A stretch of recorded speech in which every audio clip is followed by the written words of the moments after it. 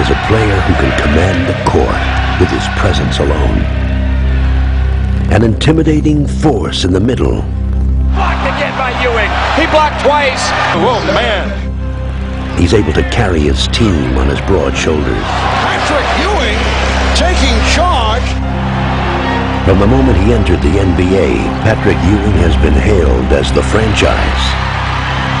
And he's never backed down from the pressure that the role of savior can bring. Patrick Ewing. Meeting the challenges head-on, Patrick Ewing has faced his destiny and stood tall.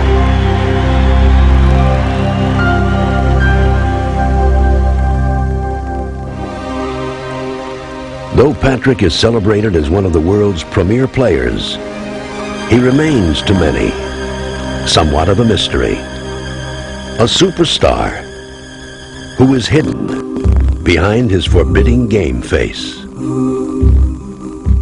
But beneath his on-court persona lies one of sport's most compelling personal stories. One that can only be made clear when it is told from the beginning. In 1973, first Dorothy and then Carl Ewing left Kingston, Jamaica, and headed for the United States. They settled just outside of Boston in Cambridge, Massachusetts, and on January 11th, 1975, the fifth of their 7 children joined them, young Patrick. You know, you hear about America, you know, like, well, you're gonna come over here, you're gonna make it, you're gonna do this, you know, you dream. But on the other hand, I was also sad because, you know, I love Jamaica, and I was gonna leave my grandmother and some of my sisters behind. Though he came to his new home with high hopes, he faced a difficult adjustment. When you're 6'1" in the 7th grade, coming from a country that has a different dialect and language per se, that type of a transition takes time to become adjusted to. But Patrick didn't have to look any further than his own home for guidance.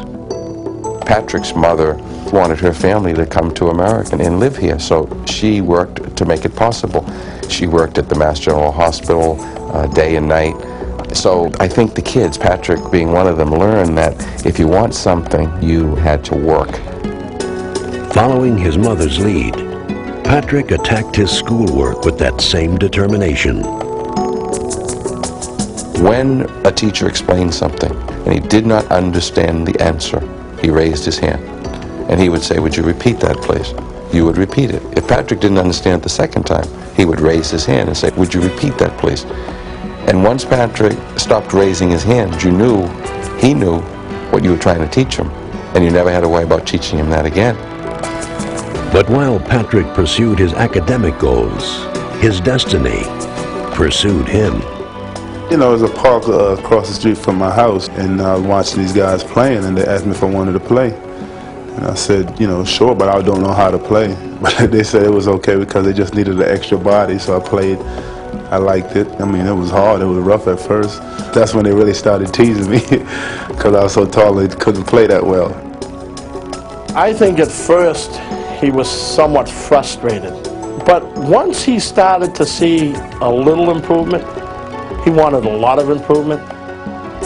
At age 14, the now 6'5" Patrick got his first taste of organized basketball with the Cambridge Ringe and Latin High School team.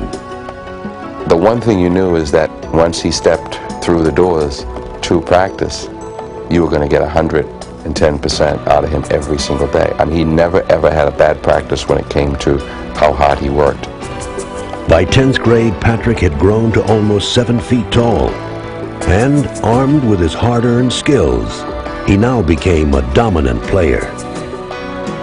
The numbers went up. 30 points, 40 points, 25, 30 rebounds. The numbers went up. Leading his team to a state championship as a sophomore, Patrick became a local celebrity.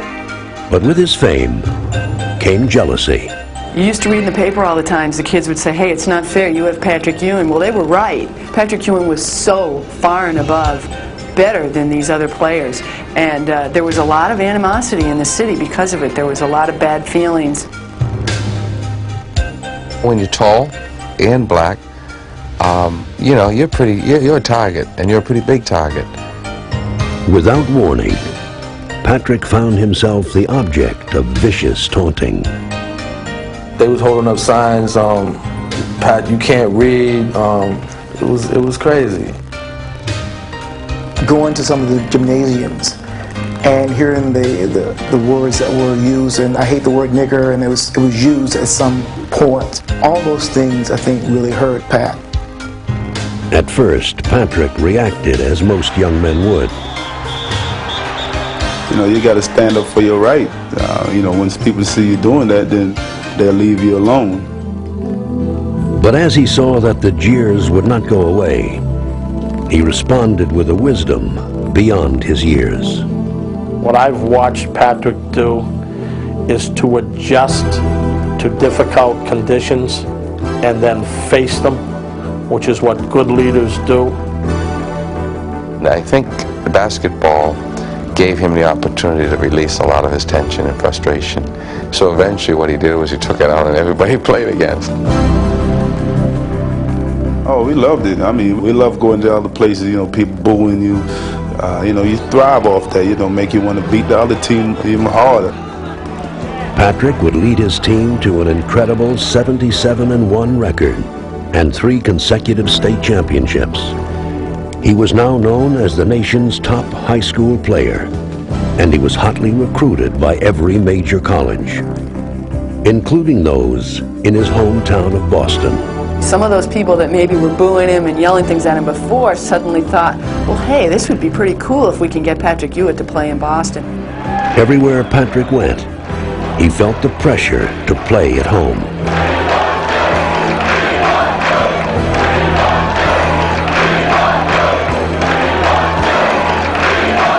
But as usual, Patrick had a firm sense of what he needed to do. You know, I felt that, you know, in order for me to grow as a person, I had to get away from home. After considering all the fact, my decision is to attend Georgetown University.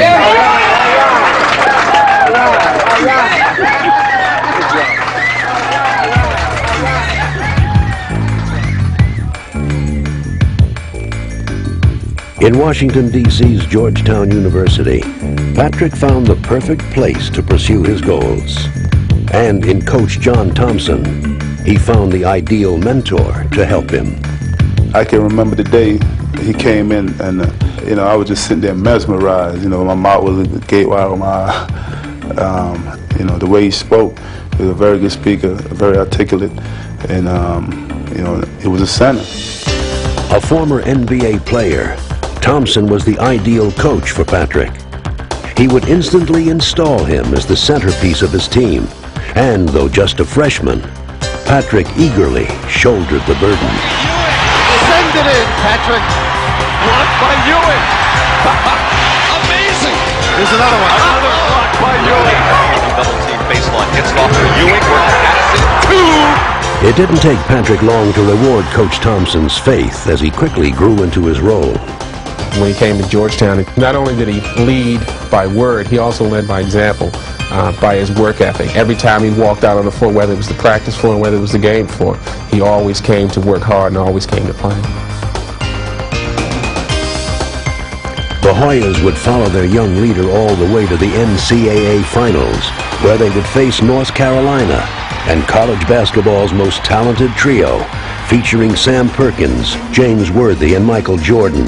The Tar Heels were the heavy favorites, but it would be Ewing who would strike first. James Worthy, and that'll be goaltending. Nice pass, baseline, Jordan. We're going to have goaltending again. Pat Ewing starting to take control inside. Nice pass to Perkins. Ewing got a piece of it. Perkins, Ewing again, and that'll be a goaltending call. And Ewing's all over the place. He came to the hole, you know, going for him. Worthy, and that's 5 goaltending calls on Pat Ewing. Ewing is incredible around the back. I was just pumped up. I was ready to play. ready to win. Playing with fearless abandon, Patrick refused to let his Hoyas succumb as he carried them at both ends of the court and staked them to a one-point lead with only seconds remaining. A one-point lead for Georgetown. The tie, 18. Shot, Jordan, Michael Jordan, 14 seconds. Brown. Look for Sleepy Floyd. Look. Oh, he threw it to the wrong man. He threw it to Worthy. It's over. It's over. Despite their heart-rending defeat, Ewing's Hoyas had made a grand entrance onto the national stage. With their bold play, they had captured the attention of fans across the country and become an instant media sensation. A lot of hype, you know, they built it up. It was so, so big. But with their new fame came new problems. As John Thompson tried to shield his young team from public scrutiny, the press responded with angry reprisals, and, as usual, the center of the storm was Patrick Ewing. They criticized Coach Thompson, they criticized Patrick. They would sometimes say we were physical, we were, the Hoya paranoid. I mean, they said everything. But as he had learned from his days in high school, Patrick reacted by calmly ignoring his critics and focusing steadfastly on his goals. He was not a person who sat there and said, oh, what they wrote about me was wrong, or what they said about me was incorrect. Somebody's got to jump up and explain that to him. Patrick has never been that kind of person. I didn't care what, people on the outside was thinking. Just as long as in our family that we were close together, we knew what we had to do. We had to go out and play hard, play good defense, and win ball games. That was it. But the challenges that he faced in his early years at Georgetown would pale in comparison to what he confronted as he prepared for his junior season. Somebody told me Coach Thompson wanted to see me. And I'm like, what's going on? So I went into the office and, he told me to call home. And, the way that he said it and the way that he looked, I knew something was wrong. And I just started crying, tears started coming down my eye. I called home. Then my little sister answered the phone, and she told me that my mother had passed, and it was real tough for me to lose her, especially lose her, without, it just happened. It was rough. It was rough. I didn't feel like coming back to school. I didn't feel like playing any basketball. Matter of fact, I was gonna quit, but my family taught me into, coming back, saying, that she would want me to come back and to get my degree and to continue to play, because that she knew that I loved it so much. So I decided to come back. He returned back to school with a lot of burden and never said one blessed word, and fulfilled his obligation in the classroom and played as hard as he possibly could. Patrick would once again deal with adversity by channeling his emotions into his play. Attacking his opponents with renewed ferocity, he helped make his Hoyas into the nation's most intimidating team. Another block by Ewing. A message. Look at that block by Ewing, and it's all Georgetown ball. What effort by Ewing. Blocked by Ewing. Guys were scared of him. Around the country, when you get in the paint against Patrick Ewing, it was very intimidating, to be quite honest. Playing with an unquenchable desire, Patrick would again lead his Hoyas into the NCAA finals. But this time, he would refuse to let them lose. Patrick Ewing with a jump shot. By Ewing. Oh, did he time that perfectly? Outdueling Akeem Olajuwon and his Houston Cougars, Ewing gave Georgetown its first national championship. Pat Ewing has been absolutely awesome. It's over! It's over! Georgetown, that's the ball game. The national champion. They feel so, good. We worked so hard to get here, we finally won it. It just feels great. For Patrick, the following year would be one of the most eventful of his life. He would win an Olympic gold medal, take his team to the national championship game for an incredible third time in 4 years, and win college basketball's Player of the Year award. But for him, the most important accomplishment was yet to come, fulfilling the dream that he and his parents had cherished. He would graduate. I remember one time going and talking with his mother. I told her that I felt it was my responsibility to let you know that this young man's capable of making a lot of money if he were to leave Georgetown. And she slammed on the table and said that she wanted him to get a degree and that she wanted him to stay in school. When he went up to get his diploma, there's no doubt in my mind that Dorothy was in heaven looking down upon Patrick, that she enjoyed that moment and walked that walk with him. I dedicated that day to my mother. I told myself I was going to graduate for her.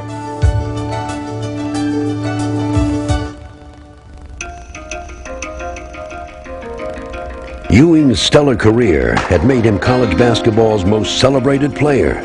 Now he would find himself heralded as the NBA's biggest new star. 7 teams had qualified to participate in the draft lottery for his rights, and each dreamed of Patrick as their new savior. The #1 pick in the draft will certainly be Patrick Ewing, the 3-time All-America out of Georgetown. Ewing was the key at that time, and everybody knew going into the lottery that if you could get Ewing, you got a franchise player for the next 12, 14 years. You know, I wanted to go to New York. New York was my first choice. And as each successive pick unfolded, Ewing and the Knicks moved closer to a mutual destiny. Yeah, I really didn't get nervous until it got down to the last 3. And then all of a sudden, boy, I started sweating. Says, you know, my God, we got a chance. With 2 teams remaining, Ewing would either be a Knick or an Indiana Pacer. I was like, let it be New York. The second pick in the 1985 NBA draft goes to the Indiana Pacers. Basketball is back in New York City, my friends. In Ewing, Knick fans saw a hero to revive their once proud franchise and quickly thrust him into the New York spotlight, long before he took the court. He's going to take us to the championship in New York. They see Patrick Ewing, the star of the Big East, come into New York, and yeah, they expected a championship right away. His much anticipated professional debut was the hottest ticket in town, and it was only fitting that it came against Moses Malone, the league's most dominant center. Third year. Misses, and Ewing says hello to the NBA. Moses just got introduced to Patrick Ewing. Somebody shot the ball, came over his back and got the dunk. You know, that was like, Patrick Ewing era has begun. Then Moses kicked my butt. It was to be the first of many lessons Ewing would be taught that season, as he would find for the first time that he was unable to dominate at will. So it looks like a frustrating evening building here for Patrick. Though he would manage to win Rookie of the Year, talk of a championship in New York had halted, as the Knicks would once again finish in last place. Oh, it was rough. I mean, my rookie year, we won 23 games. I got hurt. They were booing us. In his second year, the Knicks would win only 24 games, as Ewing would once again fall prey to injuries and inflated expectations. He'd won on every level, and people expect you to come in and turn the franchise around right away. Well, basketball is a team game, and one person can't do it by himself. And the first couple of years, he had some injuries, and I think the fans got down on him a little bit. I remember one time we had a Patrick Ewing poster night, and I had been hurt, and I came back for that game, and I had a bad game. I remember people ripping the poster up, throwing it on the floor. It was rough. It was rough. But even at the low point of his 2-year pro career, Ewing's confidence remained unshaken. I felt bad for him, and when I finished my post-game remarks, I walked over and I put my arm around him and I said, "You doing okay?" And he looked over and, like he always did, and he said, "I'm fine." And I walked away from him that night thinking this guy's going to be great. Though Patrick remained hopeful, New York fans bordered on despair. And in the anguish of their fallen expectations, they looked to Ewing for an answer. But instead of responding with colorful quips or dramatic statements, he answered in the way he knew best, with stoic determination. He kept a blank face at all times, and he really didn't talk to the media much, but you know he was hurting. You know, you knew. He's got an awful lot of pride, so you knew it, but he never would talk about it. You're not going to change people's perception of you. You know, I'm intense, I'm focused, and I have something to set out to do, and I'm going out to do it. Entering the 1988 season, Patrick prepared to again wage his personal battle to revive his team. But now he would finally get reinforcements. New coach Rick Pitino would install a running game that was perfectly suited to Ewing's full-court prowess. And rookie point guard Mark Jackson would deliver him the ball. The relationship that we had on the court from the first day of practice, something just clicked. And I knew I was in good shape with Patrick Ewing on the floor with me. Jackson with the step for Ewing. Ewing, good look, layup good. Jackson with the ball. Oh, Ewing, oh, yeah! Incredible! You didn't even have to call a play. He knew what I was thinking, I knew what he was thinking. We fed off of one another. The steal by Ewing. Jackson keeping it alive, finding Ewing. With Patrick leading the way, the New York revival began. To Ewing. That'll make the Garden War. Ewing jumping out. And it's a 3-on-1. Here's Ewing. It's all gone New York's way again. And as the season drew to a close, the emotionally charged Knicks found themselves challenging for a playoff berth. Stefanovic on the move. And it's all over. The Knicks make it to the playoffs for the first time since the 1984 season. I remember Sidney Green diving on me. I'm on the floor. I'm like, you know, my leg trying to hurt me before the playoffs start.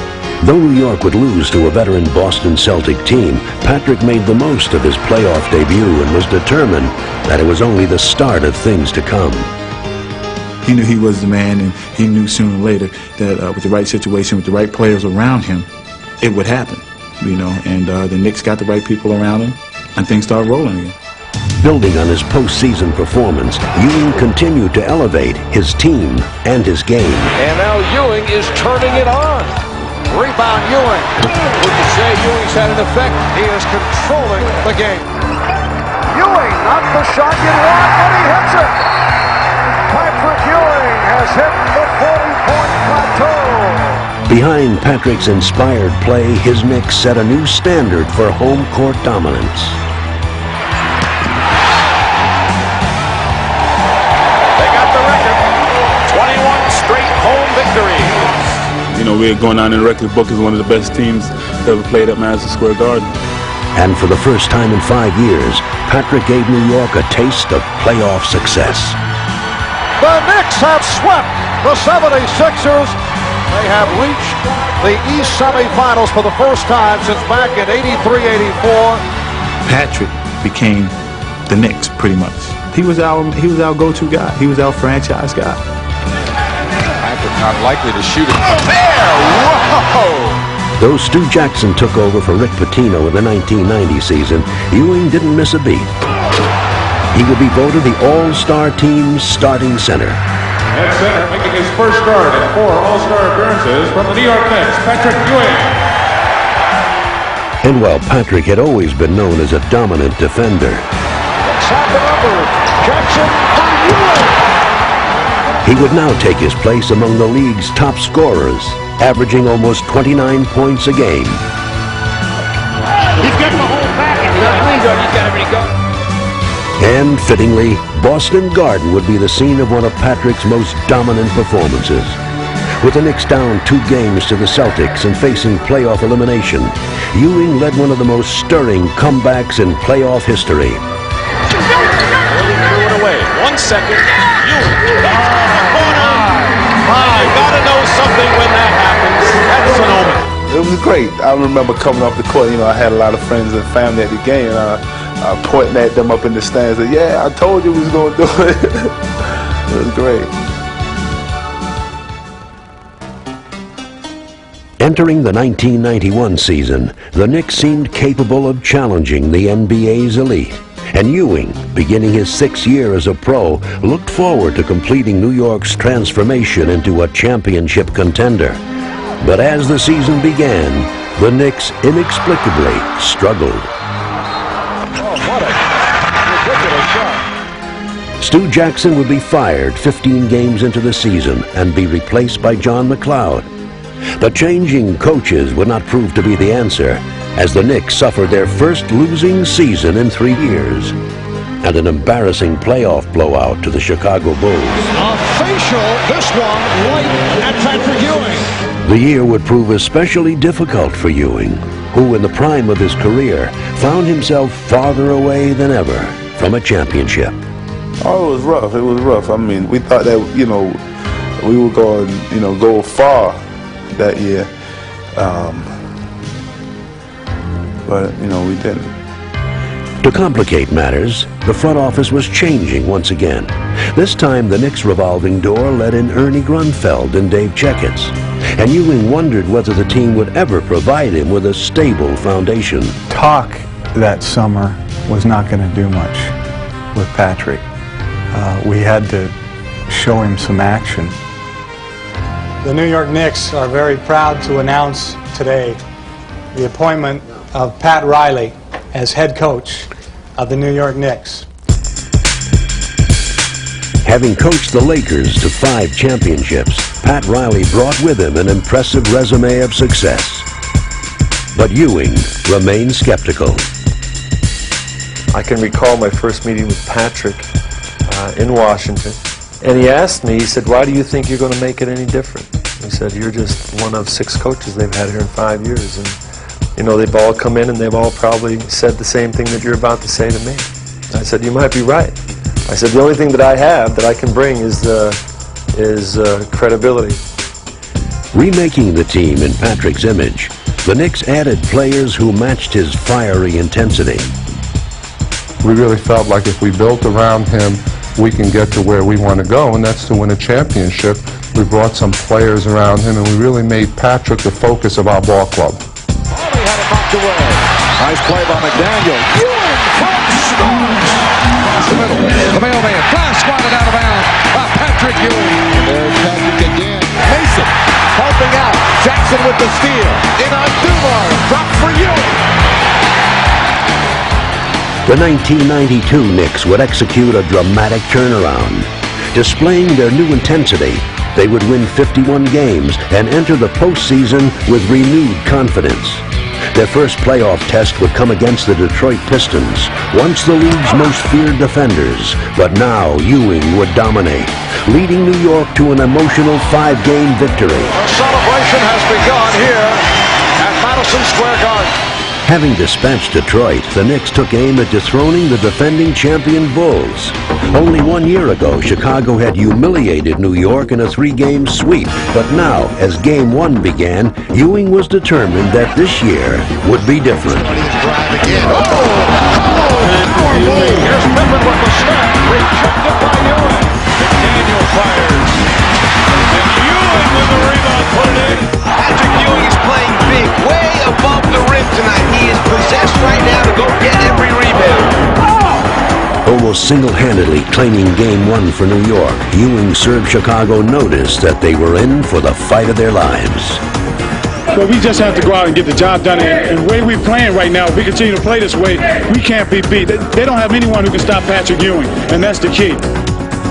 But an aroused Bull team would storm back to take a 3-2 lead and emphatically seize control of the series. He's going to race against Anthony. They're yes! What a play by BJ! And the Bulls are 1 win away from defeating the New York Knicks. Heading home to New York for Game 6, the Knicks teetered on the brink of playoff elimination. The Knicks trying to stay alive. The Knicks want to take this back to Chicago Sunday, and the Bulls want it to stop here and now. With the season's defining moment before him, Patrick issued the boldest of declarations to his teammates. I can remember Patrick saying, "We're going to do it. I'm going to do whatever it takes for us to do it." And I knew that every time he ever said that, he didn't let anybody down.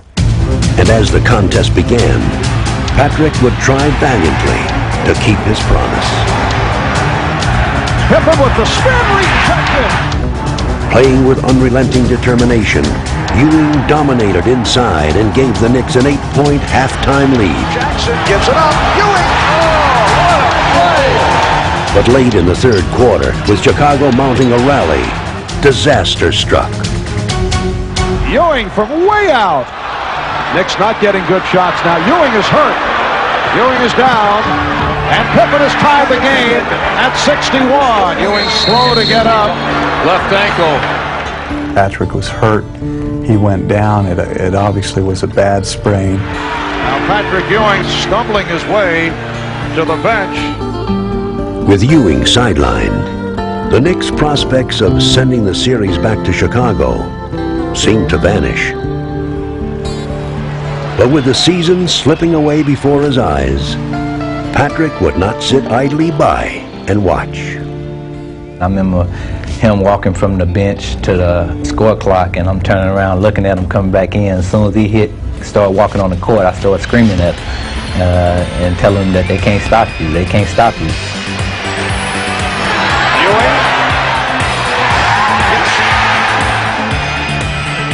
With Patrick leading New York on an inspirational charge, the Knicks would bury Chicago in the fourth quarter. Hobbling Patrick Ewing gives the Knicks an 11-point lead. The spark, the emotion, the fire that he had in that game was just phenomenal. And to know that this guy was hurting, that he was coming out and doing whatever it took to win, it only sparked us. It only lit a fire inside of us. We'll never forget. We are seeing a Willis Reed type performance by Patrick Ewing. Yes, this has reached heroic proportion. That's what I remember about the game is the total effort and heart that he showed in that particular game, the game that we needed. Limping around and showing his guts and his courage as to what he really is all about. For New York, Ewing's heroics would prove to be the final punctuation to their turnaround season. But for Patrick, the year was far from over.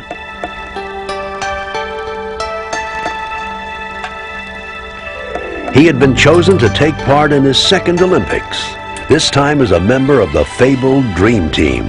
It was an honor that placed him as one of the game's 10 best players and sent him off to Barcelona, where he would gain a unique opportunity to spend time with his superstar peers.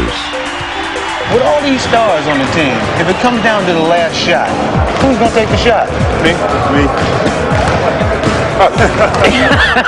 I know all the guys, but I never got the opportunity to spend a lot of time with them. I thought it would be a great opportunity to do that and cultivate the friendships. His newest friendship would be formed with one of the game's greatest legends. Got to know Larry Bird a lot better. Usually I just know him from the court and talking stuff. We battling. But, he's a great guy. He's down to earth, funny. But I don't think this team could beat our 86 team in Boston. Larry, everybody's talking about the game. That's just because Patrick Ewing's not a real center. Tell me about the Harry and Larry show. Larry? The Harry and Larry show, so everybody just picked up on it. I'm trying to pick his mind. Larry is one of the best players that ever played the game, and I'm trying to pick his mind to see what he did to get himself there. That story. Patrick said I could pick his mind. It took me 3 minutes. Now he gets a chance to come back and start picking on mine. Took me one. On the court, Patrick continued his give and take with his new teammates as they seamlessly blended their styles and rolled over all competition. Bounce to Ewing, underneath, reverse layup is good. He did not use the backboard. And Ewing saves the night for USA. Magic down into Ewing. Ewing! Oh, what a play! And the United States now leads by 50. As he played with other superstars, Ewing seemed only to shine brighter. Normally, you're the best player on your team, but when you can play with other great players and see what happens, you just get better and better. Nice play. Ewing, he's doing it all. The way that Patrick would better his game was not physically, but rather psychologically. He would find a new method of leadership. And going into the 1993 season, he was prepared to practice it. My first couple of years in the league, I wouldn't say too much. I would just play hard, practice hard, work hard, lead by example. But I'm older, mature, and so if I see something that needs to be said, I'm gonna say it. I'm gonna, tell them, chew them out, do whatever I have to do to win the championship. I didn't think he was a leader. I really didn't. I just thought he came and did his job and said, "See you later." And when I came here and saw that intensity, the fire, he's a leader. Patrick Ewing.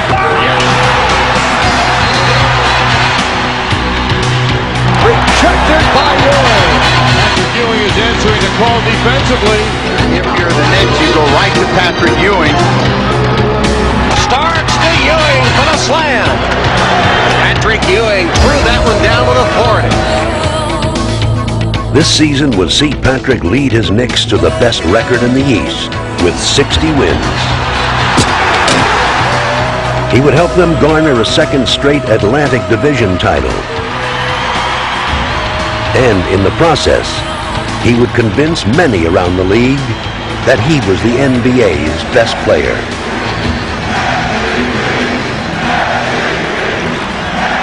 Wearing his heart on his sleeve, Patrick shared his emotions with his fans more than ever before and seemed to enjoy it. He's a lot more open and more vulnerable, and I think the fans sense it. Even his activities off the court reflected his new openness. Y'all gonna have a great year in school? Education is very important, right? Can I get a yes? All right. Besides giving back to his community, Patrick welcomed the national spotlight as never before. You wanna go one-on-one? Be cool. Stay in school. How'd you beat me? Don't touch, Dad. You like my hat? What you want is what you get at McDonald's today. But despite his outward transformation, his focus was unchanged. And as the Knicks began their much-anticipated postseason quest, it quickly became clear that his competitive flame burned more brightly than ever. Ewing hits it. He's been dying for the ball. He finally got it. In the playoffs' first round, he led his team into battle against the Indiana Pacers with fierce play and fierce words. Starks and Miller going at each other, and John Starks has been thrown out. Look at Ewing's reaction. I've never seen a teammate treat another teammate that way. Oh, they are so upset with Starks. I kind of lost it for a second, and he was letting me know that I'm too important to be in the locker room instead of out there on the court. With his team in line behind him, Ewing helped dispatch the Pacers and propelled the Knicks confidently into the second round against the Hornets. It was the marquee matchup of former Georgetown centers, the rookie Mourning, the veteran Ewing. Although his Georgetown protege Alonzo Mourning spearheaded a spirited Charlotte charge, Ewing was again simply too much. Ewing, oh, beautiful move. Student, this is how the teacher does it. Ewing in the paint. Oh, he has been unstoppable, an MVP performance. And for the first time in 19 years, the Knicks were headed for the conference finals. As the series began, it seemed as if Patrick's long-awaited trip to the championship series was finally at hand. Finding Purdue, rejected by Ewing. Playing with breathtaking determination, he carried the Knicks to 2 resounding victories against the defending champions. And the Knicks are going to win it, and they take a 2-game-to-none lead over the Chicago Bulls in the NBA Eastern Conference Finals. But it would not be enough. And despite all of Patrick's heroics, the Knicks would eventually succumb in 6 games. Chicago going on to the NBA Finals. I'm very disappointed right now. I thought that this was my year to win a championship. We had it right in the palm of our hands, but we let it slip away. But while Patrick's dreams of a championship remained unfulfilled, his spirit remained strong, and his outlook remained philosophical. No matter what you do, you strive for certain things to get to be the president of the company or whatever. And my profession is to win the championship. That's the thing at the top. I want that ring. But in striving for his goals, he has carved out his own special place in history. I've had an opportunity to coach Kareem and Magic, and I was around and played with Jerry West and Wilt Chamberlain. But I have never been around a guy who works as hard as Patrick. And though he remains intent on achieving his dreams, the success of his personal journey cannot be measured in victories alone. He's a guy that is loyal to his friends, to his family, to his team. He's a great basketball player, but an even better person. He is a young man that at every phase of his life worked extremely hard at being a very decent person. I summon Patrick with one word: respect. It's a sentiment that is echoed by all those Patrick has touched. An athlete of uncommon perseverance, he has never shrunk from the challenges that his life has presented him, and instead has confronted them with quiet dignity and stood even taller. Patrick! Tony! Get it!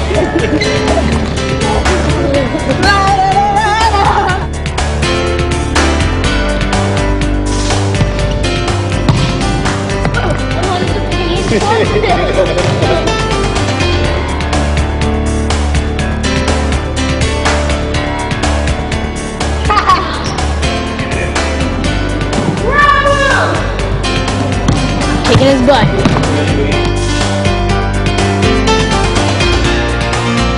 Trying to work this big fella out.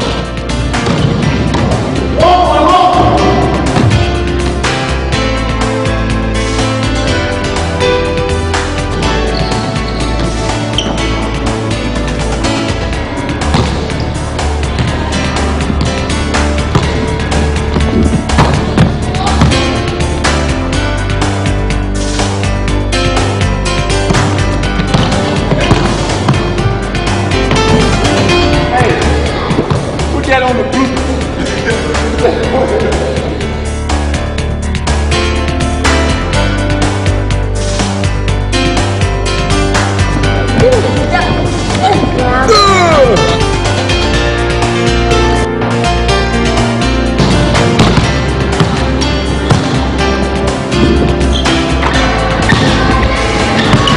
Oh, look.